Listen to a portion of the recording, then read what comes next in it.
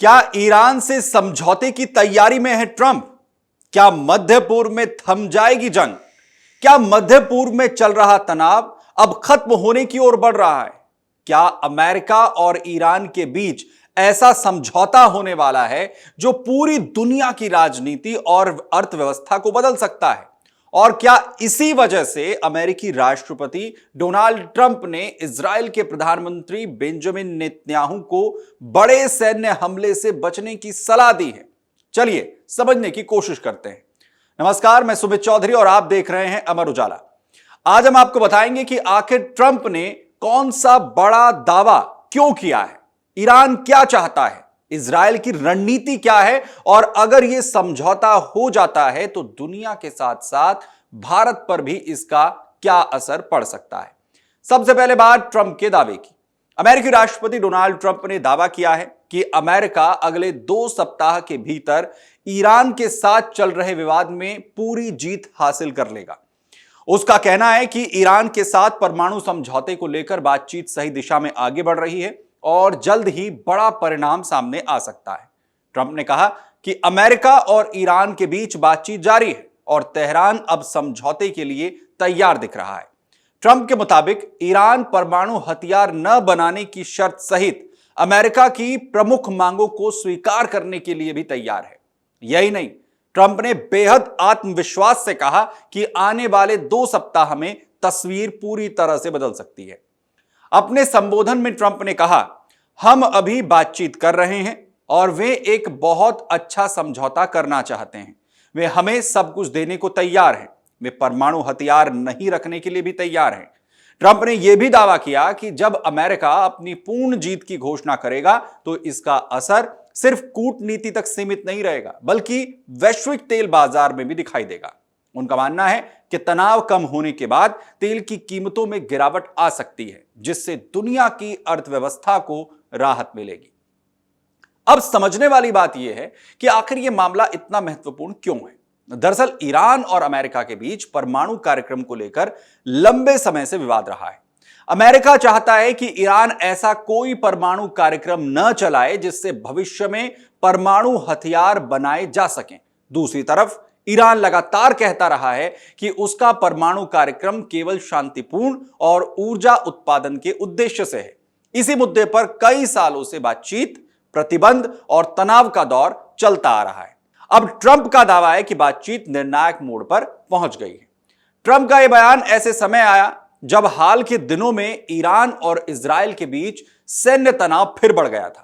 दोनों देशों ने एक दूसरे पर जवाबी हमले किए, जिससे पूरे मध्य पूर्व में बड़े युद्ध की आशंका पैदा हो गई। हालांकि अब दोनों देशों ने अपने सैन्य अभियान अस्थायी रूप से रोकने के संकेत दिए हैं। यानी फिलहाल स्थिति पहले की तुलना में कुछ शांत दिखाई दे रही है। इजरायल के प्रधानमंत्री बेंजामिन नेतन्याहू ने पुष्टि की कि इजरायल ने ईरान के खिलाफ अपने हमले रोक दिए हैं। हालांकि उन्होंने औपचारिक युद्ध विराम का समर्थन नहीं किया। उनका कहना है कि इजरायल को अपनी सुरक्षा सुनिश्चित करने का पूरा अधिकार है और जरूरत पड़ने पर वो कार्रवाई करता रहेगा। यानी हमले रुके जरूर हैं, लेकिन तनाव पूरी तरह से खत्म नहीं हुआ है।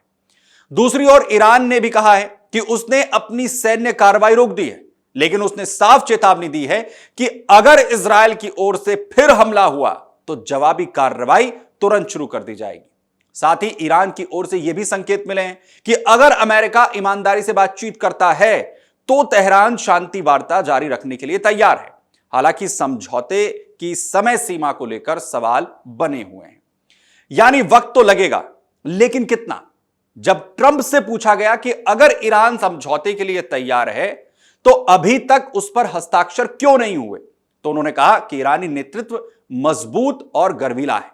उनके मुताबिक कुछ शर्तों को स्वीकार करना ईरान के लिए आसान नहीं है और इसी वजह से बातचीत में समय लग रहा है। दिलचस्प बात यह भी है कि ट्रंप पहले भी कई बार 2 सप्ताह की समय सीमा का जिक्र कर चुके हैं।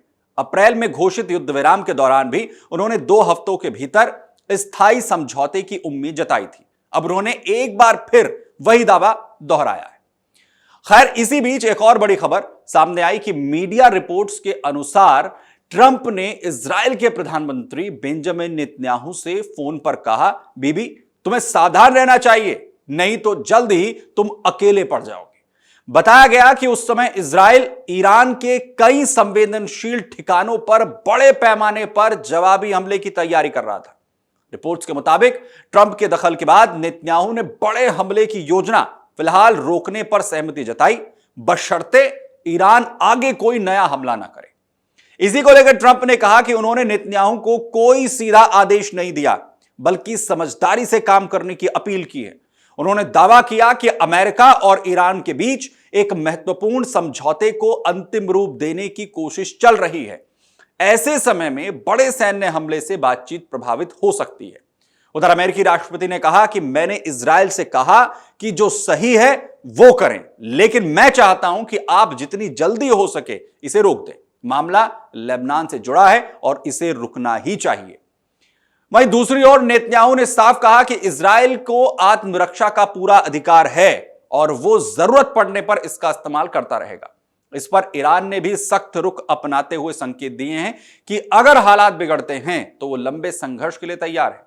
ईरानी नेताओं का कहना है कि अमेरिका और इजराइल पर भरोसे की कमी क्षेत्र में तनाव को आगे भी बढ़ा सकती है। आपको बता दें कि 2 महीने पहले हुए युद्ध विराम के बाद पहली बार ईरान और इजराइल के बीच फिर से तनाव बढ़ता हुआ दिख रहा है। उधर रविवार को ईरान ने इजराइल पर मिसाइलें दागी। इसके जवाब में इजराइल ने पश्चिमी और मध्य ईरान के सैन्य ठिकानों को निशाना बनाया। हालांकि सोमवार तक दोनों देशों ने संकेत दिए कि वे फिलहाल सैन्य कार्रवाई रोक रहे हैं, यानी हालात अभी भी बेहद नाजुक हैं और किसी भी छोटी घटना से तनाव फिर से बढ़ सकता है। वह मीडिया रिपोर्ट्स में यह भी दावा किया गया कि कई देशों ने भी अमेरिका से ईरान इजराइल के बीच विवाद में हस्तक्षेप करने की अपील की थी। ट्रंप ने दावा किया कि ईरान की ओर से संकेत मिले थे कि अगर इजराइल हमले रोक देता है वो भी आगे मिसाइलें नहीं दागेगा। यानी दोनों पक्षों के बीच फिलहाल तनाव कम करने की जो कोशिशें हैं वो लगातार जारी हैं।